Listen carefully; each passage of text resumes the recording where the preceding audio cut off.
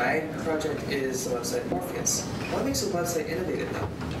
Well, originally I sought out a project to do whenever I started up to set up classes, and I saw that this project, Morpheus, needed a website developer, and so I decided to put my graphic design and limited website skills to the test.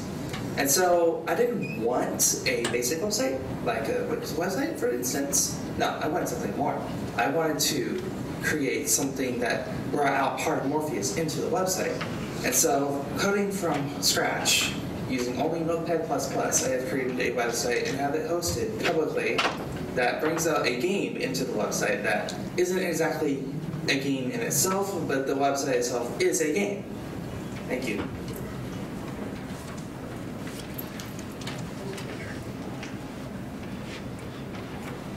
So what makes a website interesting? There are different websites on the internet, each with their own product or service they are trying to sell and provide. However, while most of these websites have their own little theme with basic graphics and basic information, they have simply lost their touch of creativity. So this is where my website comes in. My website is innovative in the sense that it has a hidden picture type of game that is not quite a game itself, but it makes the website into a game based off the game Morpheus. Now, there are hidden images on this website that each would want to go to different web pages that are hidden that provide different information or additional information about the game itself. This website was created using Adobe Photoshop and Illustrator, and was created from scratch using Notepad++. It is hosted online on vsities.org, and I have worked with the team thoroughly with the information they have provided to create the design of the website and have gained their approval on all of it. The target audience for this website are people that want to play the game itself, and as such, they will go through the website to get to the download. When they do go to the website, they have the opportunity to learn about the game and play this hidden images kind of game to discover what Morpheus is really like and to find information about the different characters within these additional web pages. My prior art, the first one, is the old Weebly website that we used to have. I have based the content and design around the Weebly website in the sense of the layout, but I have not entirely based it off of that. I have just used it as a general layout design. The second prior art that I originally gained inspiration from is a portfolio site from the man Jonathan Patterson. His portfolio website is a website where all of the web pages that he has are different themed with the custom scripts and custom animations for text, and each one of them brings out a entirely different aspect of his portfolio, such as one of them's for images, one of them's for projects, so on and so forth. So how is this good as an innovation for both the school and the web community? I aim to bring out more creativity in potential web designers with part of this innovation claim, because it shows that you can do more websites than just display basic text and information and images. It shows that you can basically hide potential links to websites. It shows that you can do more with your website in terms of where it can go, what it can do, how it functions. That's about it.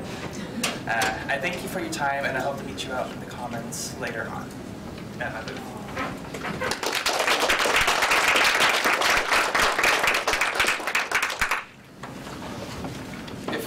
If you want to find a web page, I think there's a box along that side. And maybe quite hidden, honestly. Yeah, there you go. Ah, isn't it? That's Oh. And this leads to the hero webpage.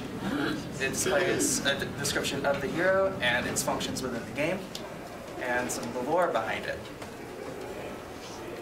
There are 2 additional hidden web pages within the homepage and the press kit that lead to the wolf and the slime. If you scroll up, there is one right here. Oh, I see it. Oh, okay. This one leads to the wolf. And in the press kit, there is one that leads to the slime.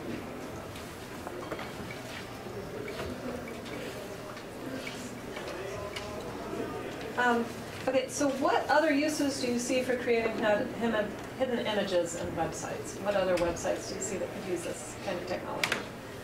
Besides additional game-based websites, I would say that something that specializes in different or hidden information in a sense, like it's your people that want to have their clients to look at different aspects of their website and just find hidden parts of it that makes them want to seek out even more pages that they have provided. The website's functionality and the immersive functionality of the gameplay of the game, what is your relationship there? What elements of the gameplay were you attempting and completed in putting into the website so that it adds an extra character and texture and tonality to the game itself? Right. This was based off of how the game functions normally. In the actual game, you're supposed to seek out how the world changes around you and figure out how you're supposed to proceed from there. There is no tutorial, there's no dialogue. There is some help at the start to help you get through the starting part of the game. But other than that, you must seek out what all there is to, or you must seek out how the world changes around you and how you can proceed through the game without any kind of help. What else is out there in the marketplace that is similar to this particular innovation, bringing in a website with the gameplay and featuring the game? I have not quite found something directly related to this, but indirectly related, I have found that there are some websites that have like moving characters that you can click and move around on the webpage itself, and if you bring them over a certain section of that webpage, it shows up additional content like a pop-up bubble with just different information like a help section. This was a part of this portfolio site that I tried to explain. Is that they have on one of their portfolio links a little character you can drag around and it tells you different parts of his portfolio.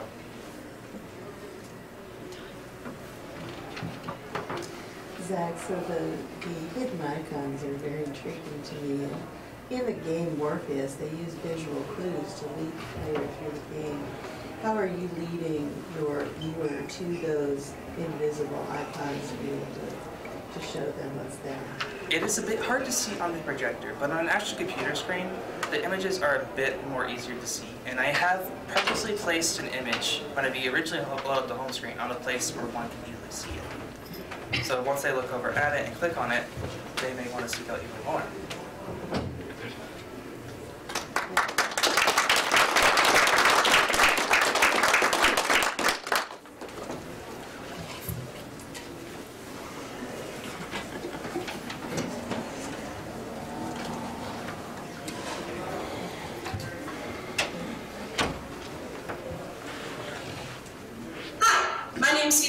And I'm a digital media student at the University of Advancing Technology.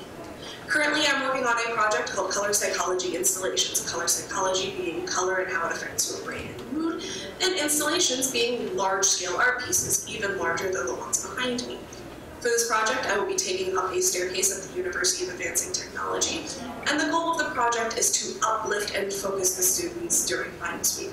So this will be going up week 15, and in the meantime, I will be sending out smaller scale versions of the art pieces as well as surveys so that when week 15 rolls around, I can roll out the most effective and highest quality version of the product.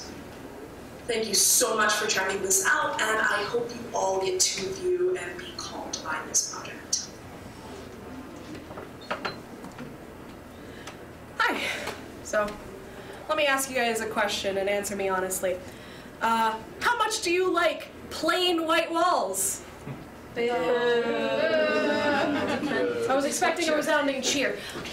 Anyhow, yeah, so nobody really likes plain white walls, and for me as an artist, that's a blank canvas, creating a kind of selfish motivation for wanting to do an installation.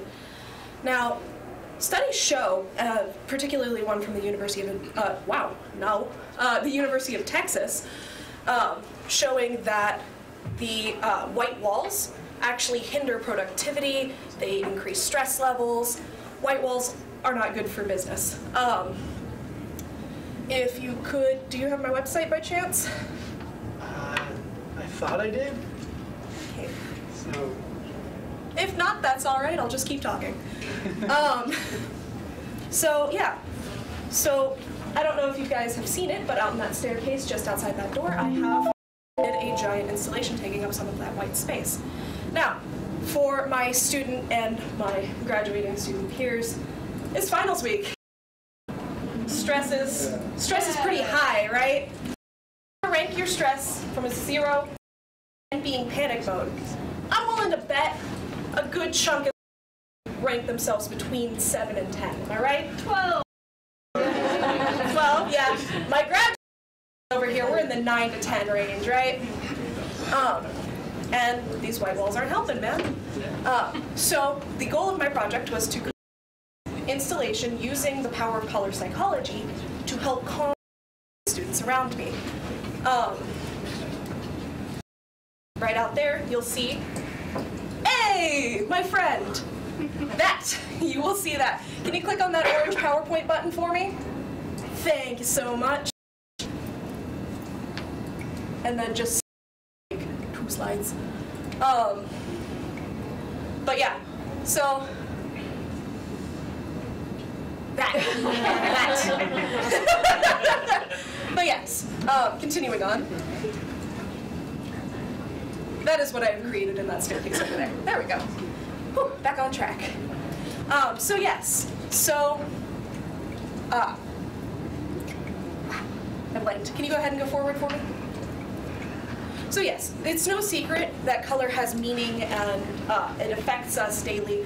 Otherwise, why would stop signs be red? Why would, foods be using red and yellow in their logos? Why would the red alert be a thing? So it's no secret that, colors mean things to us. Keep it going. Thank you. So my goal was to find the most calming colors combined with some other tips to just kind of calm this mess. So my approach, I started with research. Go ahead.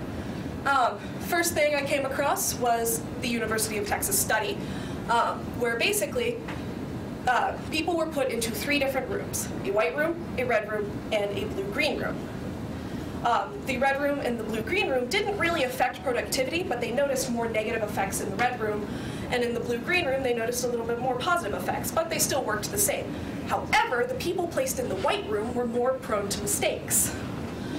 But again, I had more research backing the fact that colors affect our lives. Continuing. So from there, once I had my research going, I drew up my preliminary designs. So I started with that ugly thing. My goal there was to use the browns and the greens, the earthy tones, as a calming factor, a grounding factor, using the yellow to uplift and the blue to focus, and you can see what a cluster I've made. So that went to the purple, because purple promotes creativity. So I just wanted to see where that led, and I went to the completely different design of the blue breathe. Continuing on. So once I had those settled, I went on to my first survey. This survey got sent out on the unofficial forums, it got sent out to the RAs, it got sent out to my friend group, it got sent out pretty much anywhere I could send it out. As you can see, the stress level of our students any given week, a little high. Stress level waking up is kind of all over the place. And most of our students actually knew a little bit about color psychology, which was really cool to me because, that's something I've been fascinated by all my life. But yeah, and then I had 7, how many colors are in the rainbow? 7? I had different questions with each color of the rainbow, asking how this color made you feel. That particular clippet is from the color purple. And then, of course, I had the 3 images on this survey asking how these images made you feel. That was from the blue breathe, which was the most resounding, calming image. Continuing on. So then, from there, I was able to roll out the installation piece once I got it approved by Karen, my lovely, lovely helper. She's been helping me through this in my production studio. So I rolled it out in that staircase over there. We saw the snip earlier. Go ahead and click one more. And there's the statistics. Continuing on. So then I sent out the second survey once that was up. The goal of the second survey was to kind of get everybody's opinion on color psychology, how this worked, did it work? So the more fascinating snippets over there were the ones pertaining to color psychology as a whole. So I had asked, do you think color psychology is an effective thing? Most people said that it wasn't like astonishingly effective, which is not surprising. But they did agree that it was slightly effective so long as other factors were in play. But amazingly enough, they felt that businesses, colleges, schools should use color psychology when picking their paint schemes. That there's not a single no on there. So yeah, continuing on. So from there, I will hand out my extra materials. Here's a blue one, the green one. Blue, green, and purple were the most popular as far as calming effects go. If anybody else would like one, I have more. So I made the blue, green, and purple cards, and on the backgrounds of those cards, it talks about what these, go ahead and click forward. It talks about what these colors mean to people, what they do, and it's got a little helpful quote to help get you through finals. But yes, and if you would like any further reading on the topic, feel free, I can give you some further reading.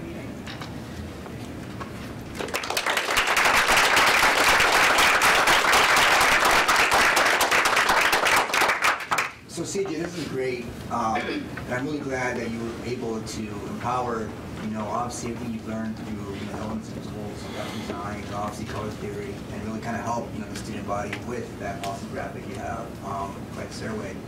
But I'm kind of curious to see if your database would change based off the text you implemented, the way you stylize that text, and the way you also arranged your graphics, such as the shapes that you see down here below. Yes. I'm curious to see that. I mean, is that something that you maybe would want to maybe approach, to get some feedback on that too? Because text, the way it's placed, the layout of it, definitely changes a lot in terms of the way, anyone thinks. And that does play into it. If you could go back to the slide with the 3 images, the 3 preliminary images, that is a factor that plays into it. A lot of people found that the monochrome purple one was just really cluttered and it gave them anxiety. People found that this one was also really cluttered. So having all of that extra also played into the factor. And then the smooth waves, of course, shape theory is a thing, which I believe I learned in your class. Shape theory is a thing, so if I had like angular, sharp edges, that would affect it as well. And then I believe the text does affect it as well. I did include that in my research, and I did take that into consideration. I wanted, at the end of the day, to roll out the most effective piece. I have a question. Yes. I remember walking down the hallway and seeing your installation, and I really, at first glance, I loved it. I thought, wow, this is really cool. I love this. It made me feel good. I loved the wording on it, the text, everything I thought was beautiful. A question I do have is, in the field of architecture, color theory is primary.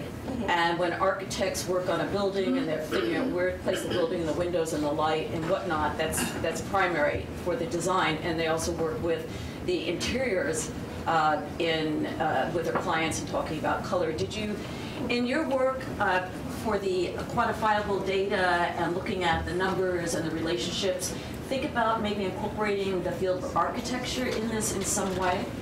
No, I had not considered that. Ideally, I was mostly focused on the installation specifically. Right. So. And then you're directed more towards anxiety and relax and the color. And I also like the way that you're wearing blue in your hair. I think it really exemplifies it. You are a walking installation, therefore. And I think that's really quite fascinating to add another dimension to the project. Good.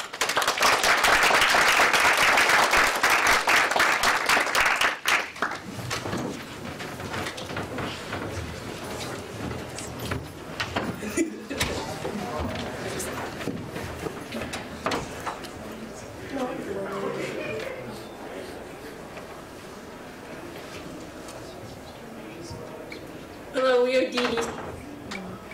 Students, I'm Charlotte Foley. I'm Harmony Jones. And I'm Paul Lopez. Our story follows the life of Damien Knoll. By day, he is a writer for the local news station where he keeps to himself and remains reserved with everyone he comes in contact with. But when the sun goes down, Damien hosts a radio show called Midnight Legends. His passion is for telling stories of the supernatural. With the help of his best friend Kevin, the technician, they run this nightly show. Once a week, Damien will take listener calls so they can share their own stories and discuss them. During one of these nights, a listener tells the story of a demonic glitch that has the ability to overtake technology. After a long discussion of this glitch, Damien becomes obsessed with finding out more information about it. The innovation for our film is that we will be recording podcasts of Damien outside of the short film. This both grants us an extension into the universe that he lives in, but also we can use it as advertisements and incentives for our Kickstarter backers. Each podcast includes hidden messages and Easter eggs that will pertain to this certain glitch in the film.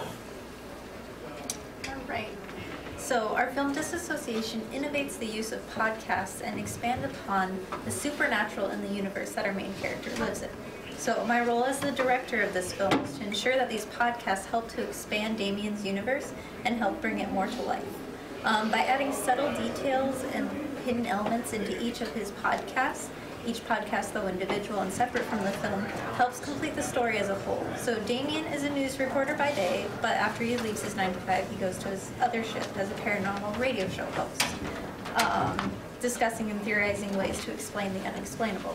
Once a week, Damien will take listener calls so that listeners can share their own stories and discuss possible explanations for these supernatural happenings. During one of these nights, a listener calls in telling a story about a demonic glitch that has the ability to take over technology. After a long discussion of this glitch demon, Damien becomes obsessed with finding out more information about it. He soon realizes that paranormal activities may not just be a collection of made-up ghost stories after all. So we have 2 sets of podcasts. The first set takes place before the story of the film, and the second takes place during the film. The podcasts during the film go further into the accounts of this glitch demon and give more depth and manifestation into Damien's obsession. These podcasts also have secret messages from the glitch calling out to the audience to acknowledge its presence, which can make it more powerful. Since this glitch is a tulpa also, the more powerful the more it is talked about, the more powerful it can become. So the more Damien and the audience obsess over it, the more powerful it does become in the story. So these infill podcasts are not actually accessible on YouTube because they have so much information about the film in them. So we only release them to our backers on Kickstarter, which is still currently running right now. The podcasts that occur before the film are accessible on Disassociation's YouTube page, and these podcasts explain how the glitch demon came to be, and they also have secret little hidden messages in them also.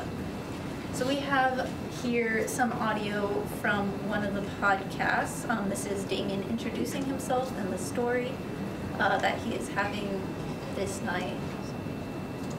Welcome back, ladies and gentlemen, and thank you for joining me on Moonlight Legends, where we discuss everything supernatural. I'm your host, Damien Knoll. Our first story tonight comes to us all the way from the Netherlands, the myth of the Anask. Now, you might not have been able to hear it, but if you listen back to it, there is a little word in there that is glitched out.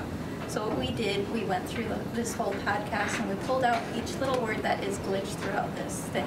And we lined it up together so you can hear what it would sound like if it was said all at the same time. ISOLite and wat could become.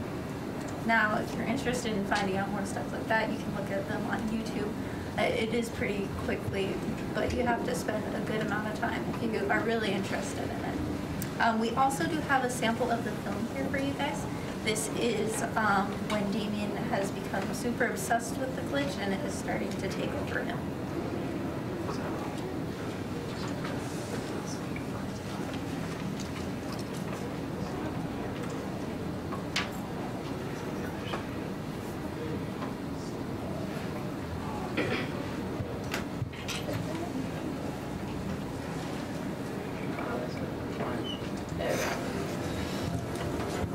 Dude, I finally figured out what was wrong with our equipment. Don't you want to know what was wrong?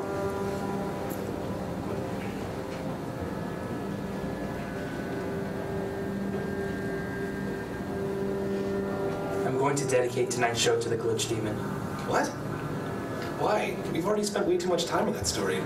We gotta move on. Keep it interesting. We? From what I remember, I run this show, and you just press some buttons. I want to do this, and that is what I am going to do.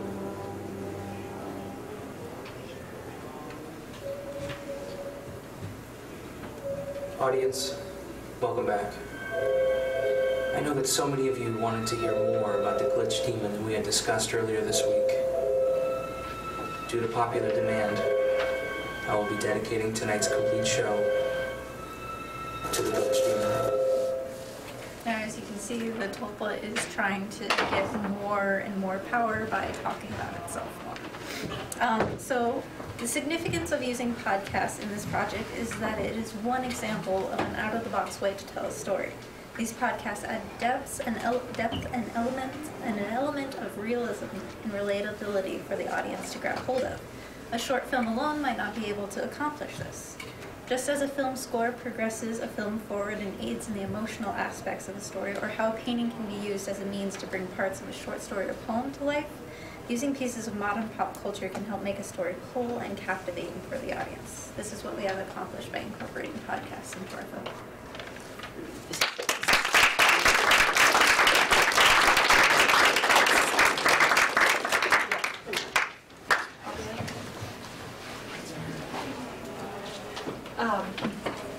So if I were to listen to the podcasts,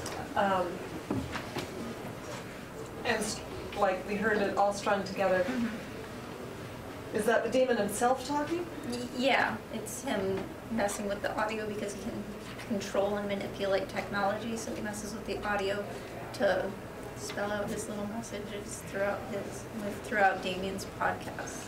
Okay, and then does Damien discover that at any point? I mean, how am I, as a podcast listener, supposed to find those Easter eggs? Some are a lot more obvious than others. I actually had an example of that, but I think we're running short on time. But yeah, there are more obvious glitches in there, and so that might make viewers like go back and be like, oh wait, then this might not have been something else. So yeah. Okay.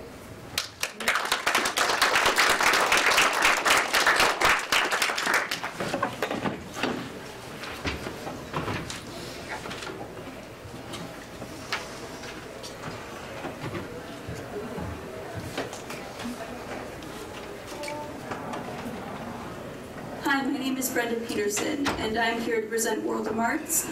This semester, me and the project lead Kai Summerall are working to bring Torquay Raggett, this boss character that is a succubus, so we can get a prototype out. My innovation claim is the complex process we are using in order to bring her to life. We are using a mix of motion capture, forward kinematics, inverse kinematics, and hand keying the wings and tail for the animations. This usually isn't done in the game industry, but for this project, we feel it's the best way to go. We hope you enjoy the rest of the SIP fair. Thank you for your time.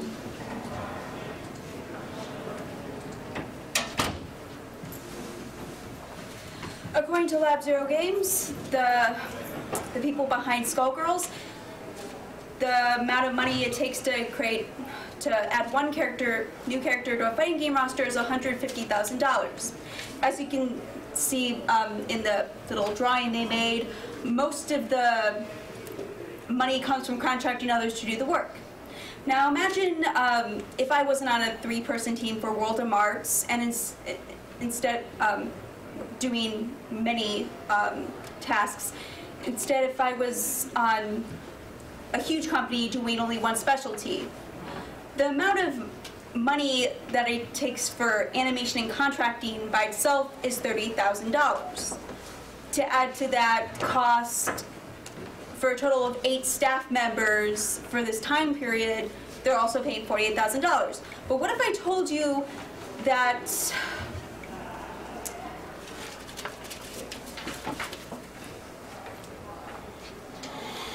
if I found an easier and less time-consuming way to create a very complex fighting game character for, my innovation claim is that I'm using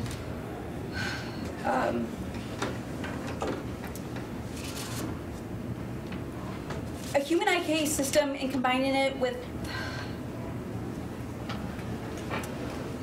extra bones in order to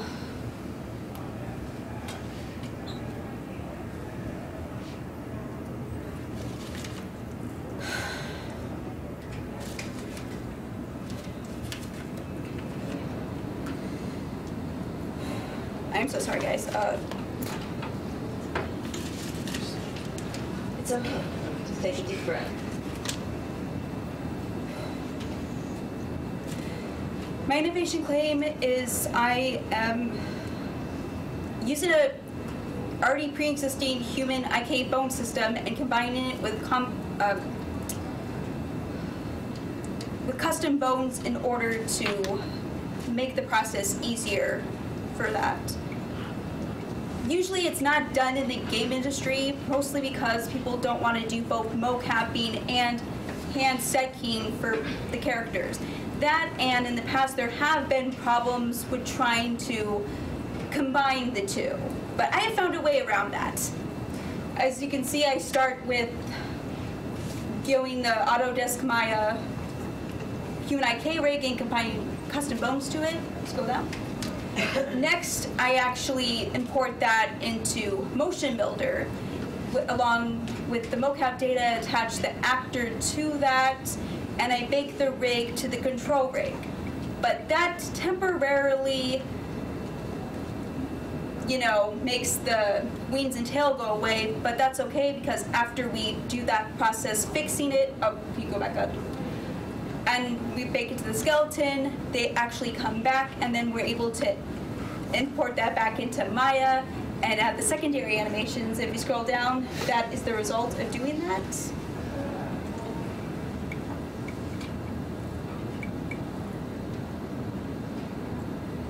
But that's just in Maya though, not the game engine yet, but.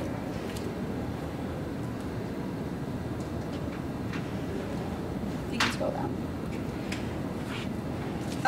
Unfortunately, I did not think of mocapping a walk cycle, so I had to make a decision. I had to hand key the walk cycle. The only problem with that is, with this type of combining the bones together, it messes up the bone rotation, so I had to figure out a way around that. What I did was I took the rig, took the affected joints, deleted them, and reattached them. And as a result, I was able to make a walk cycle work. So this is relevant because what I originally thought would only work with mocap actually works with hand key as well. So that's good for indie companies that don't have mocap. So you can play that.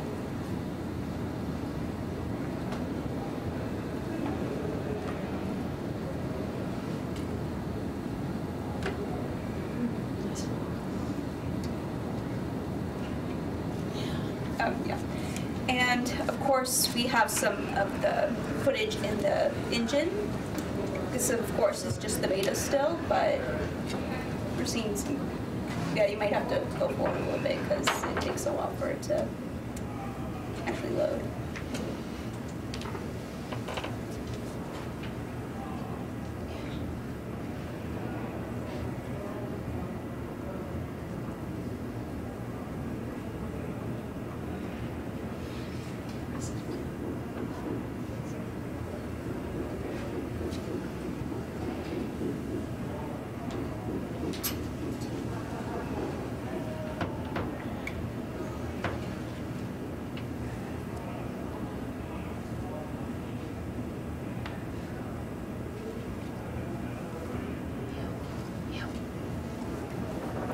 And of course, since we're only a 2-person team now instead of 3, here are all the other animations that I've also created using the same process.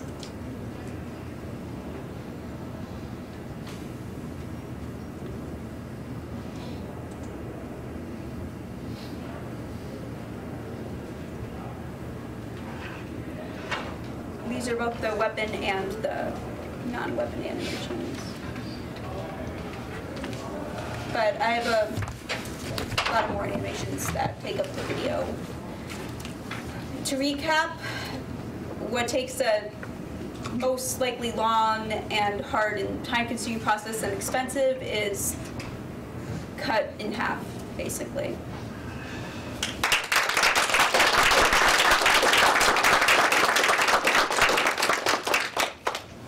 All right, Brenda. So I definitely want to commend you on being very ambitious and not only working with a character that's a biped, but you got a lot of things going on here. You got the wings, you got the tail, and so forth. So that's definitely challenging, to say the least. So with your experience, going and taking a deep dive into this innovation claim, you've done two paths here, right? You've done the mocap and then you've done the hand key. So based on what you learned and obviously what kind of experience, what would you do differently? Would you stick with just hand key in general? Would you go back to mocap? Like, what are some things that you would do if you were to visit this again? I wouldn't I would do the same thing actually, because trying to hand key hand set bones is really time consuming, and if I were to do that, I wouldn't have finished the SIP at all. But one thing I would actually do differently was, well, actually I couldn't have really done anything differently because of the side effect with the joints, but I would have learned how to blueprint better so I can actually, because I'm using two different skeletons, one for the walk and one for the other one, because currently now the walk cycle is kind of messed up because it's calling the same one instead of the two skeletons. If I learned how to blueprint, I could have solved that issue. But it seems like a pretty solid workaround. Yeah, really. Walk is beautiful. What happened? Didn't make my character. Nice job, Brenda. I'm so delighted to see the progress, and the end result is really nice. You've learned so much about rigging and animation, combining rigs and combining animation methods. I just want to hear that. Okay, thank you.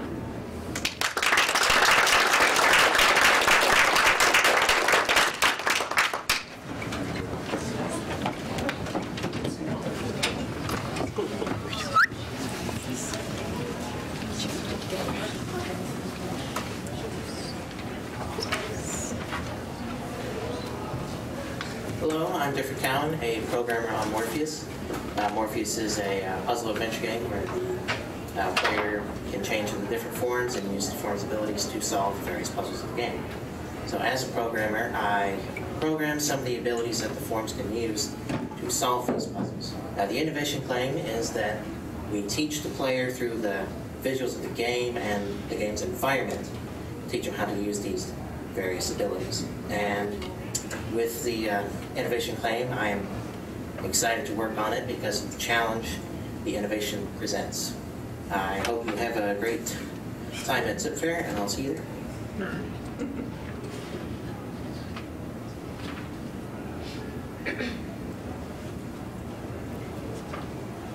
Hello everyone, I'm Jesse Carey, a game art and animation student.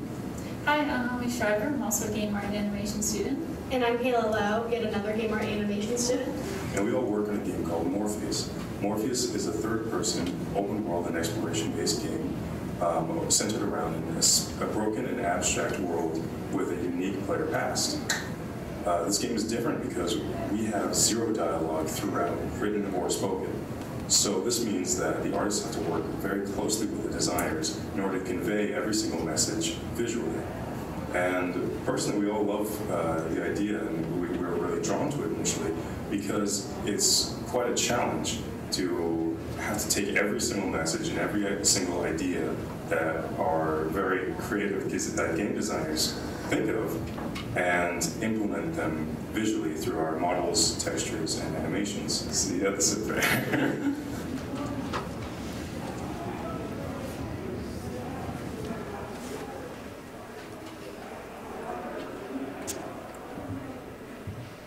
All right. Hello, everyone. Thank you so much for your time.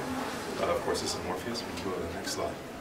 So, what if there was a game so crazy and abstract in concept that it had zero dialogue throughout, written or spoken?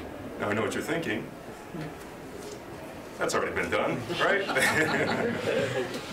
Next slide. However, we believe that we can take this a step farther. One of the common problems that we see in video games is hand-holding. Within a video game, hand-holding is when the game tells the player what to do or gives them so many hints that at some point the player stops playing the game and they're just completing objectives. They're not exploring the world, they're not enjoying the game quite as much, and we believe that we can change that. Next slide, please. Morpheus is a bold game that promises to deliver a beautiful world, unique mechanics, and challenging puzzles, all without speaking a single word. Now, this means that almost every asset needs to convey information to the player in either its form, texture, or movement. For example, next slide, we can see our wind spirit here. It teaches the player that this area has volatile, high winds that will push them back immediately. However, they can learn that the walls, which can be created by one of our shape-shifting forms, can provide a protection. Next slide. The story, which is also silent in nature, revolves around a fallen hero. We slowly introduce challenging character concepts, where it is revealed that the hero is truly a failed warrior, one who had strived to be honorable in all their actions, but was impeded by their own mistakes. They journey through a dreamlike world, trying to explore the world of their memories, encountering creatures they have once met before, as well as reliving their fractured past under a ever-present and always watchful eye. Next slide, please. Every asset that we make is created and modeled and animated both either in 3ds Max or Maya, and is taken into Adobe Photoshop in order to be textured, which will then be implemented within Unity, such as some of the newer assets that we've created by the artists. In the next slide.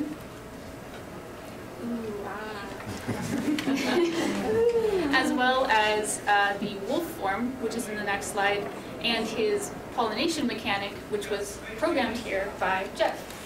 All right, so as you can see in the left GIF here, we have the red flowers, and the idea behind this mechanic is that it's a teaching mechanic. So you have these visuals, the red flower interacts with the other red flowers, causes those to bloom, can open doors, or whatever else is needed to solve the various puzzles. And the next slide, I meant the next GIF, you can see that with the wolf currently having the red flowers, he tries to interact with the blue flower when it closes. So behind this mechanic, the core idea is that different colors will have different interactions to one another. So it's not going to be as simple as you match the red with red and blue with blue. It'll be more complex than that. So next slide. All right, so our target audience is everybody. So our colorful world and theme for the world will attract the younger audience, and some of our more complex puzzles will attract the older audience. We take a lot of inspiration from some games. So for example, Zelda Breath of the Wild, we take a lot of inspiration from the art and style from that game.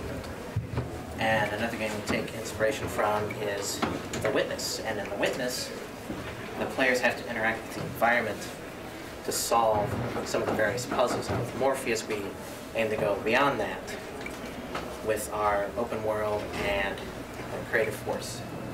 So, our current timeline to get a fully complete project from start to end will be 1 year and a half. Next slide. So thank you so much for your time. We really think that this team works so well with Morpheus because of our skill, familiarity, and exposure with the project. We've gone through a lot of changes and hardships, but we really think that as individuals and as a group together, we've grown as a result. And we're really happy with where we're at right now. Again, thank you so much for your time. We really appreciate it.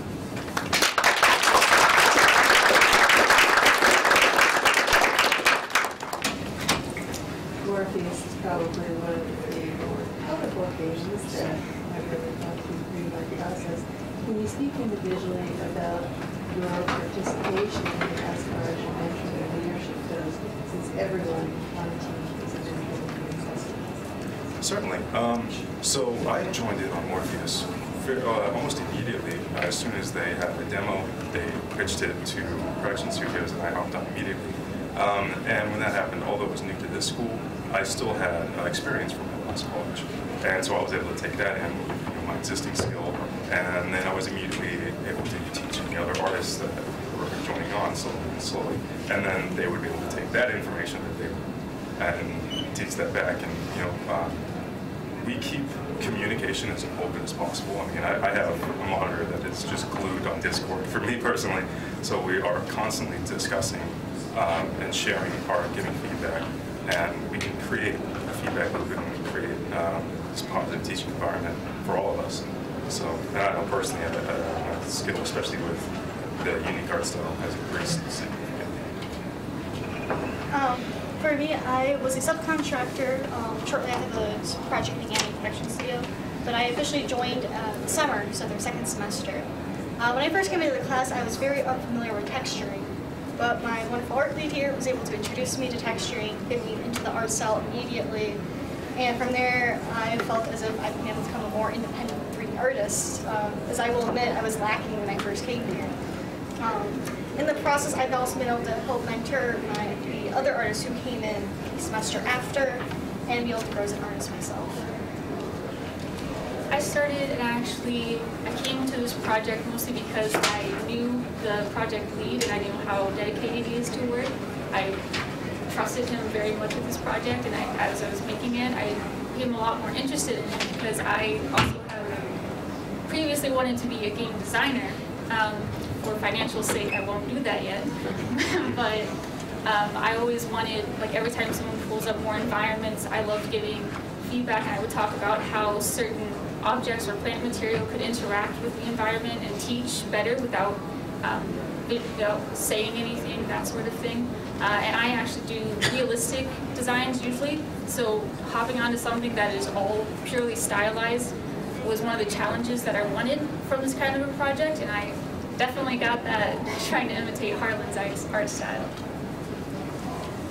And for me, I started working on this project during my first game production studio, and since I've been working on it, I've learned so much more about coding. A large part of it thanks to Roger teaching me how to be more efficient, looking up new ways to do things, making scripts less dependent on others, and so on. So really a big learning experience for me to hone my skills more and just broaden my skills as a whole.